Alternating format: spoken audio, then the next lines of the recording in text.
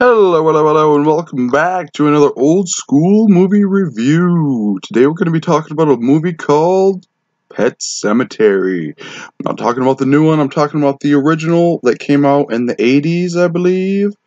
I wish I knew exactly what year it came out, but I don't. This is not the movie, this is the book. I don't own the movie, but I do own the book, and it's kind of I'll tell a quick story about this book.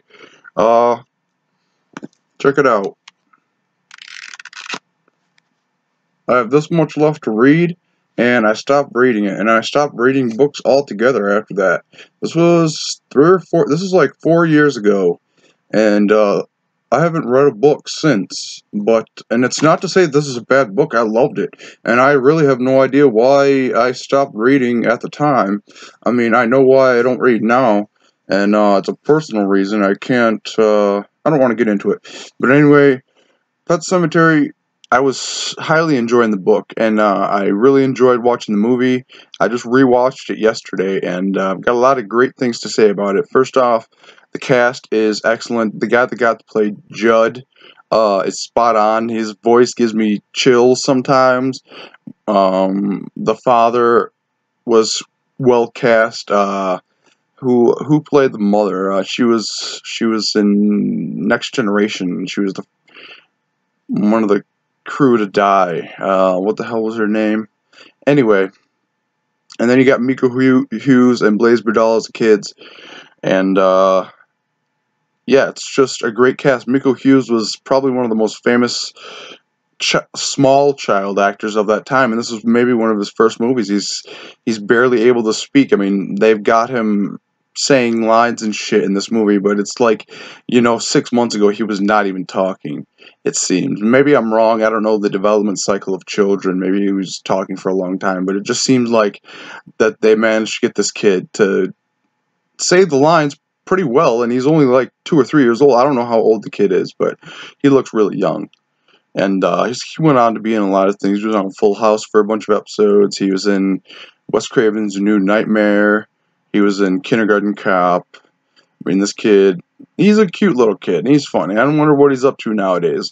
Anyway, the story kind of deals with that urge you get, that urge that you can't fight anymore. Like the urge I'm getting to smoke this cigarette. Hey, ho, let's go. Let's light it up.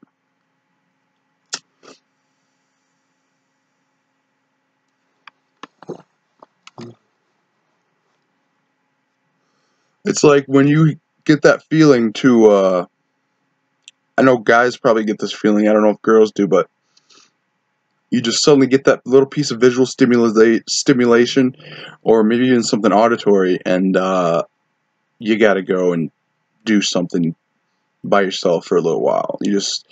It's on, you can't stop it, there's no strong will involved, your will is gone, you just must execute your plan, and that is what happens to this man. He finds out about the power to bring back the dead. He knows that it's not perfect. He knows that when they come back, they're different. And yet, when his child dies, he cannot let go. He cannot let go. The pain is too much. The pain is too intense for him, so he does what he's been warned against, and he buries his son in the Micmac burial ground. Here's a quick little piece of trivia for you, a little trick question you can ask your friends. Ask them, you know horror movies, right? You've ever seen Pet Sematary?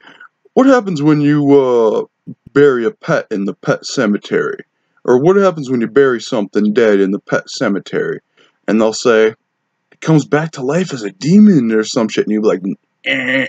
Nothing happens when you bury them in the pet cemetery. There's shitloads of pets buried in the pet cemetery, and they're not all coming back to life. You have to bury the pet or loved one in the Micmac burial ground beyond the pet cemetery.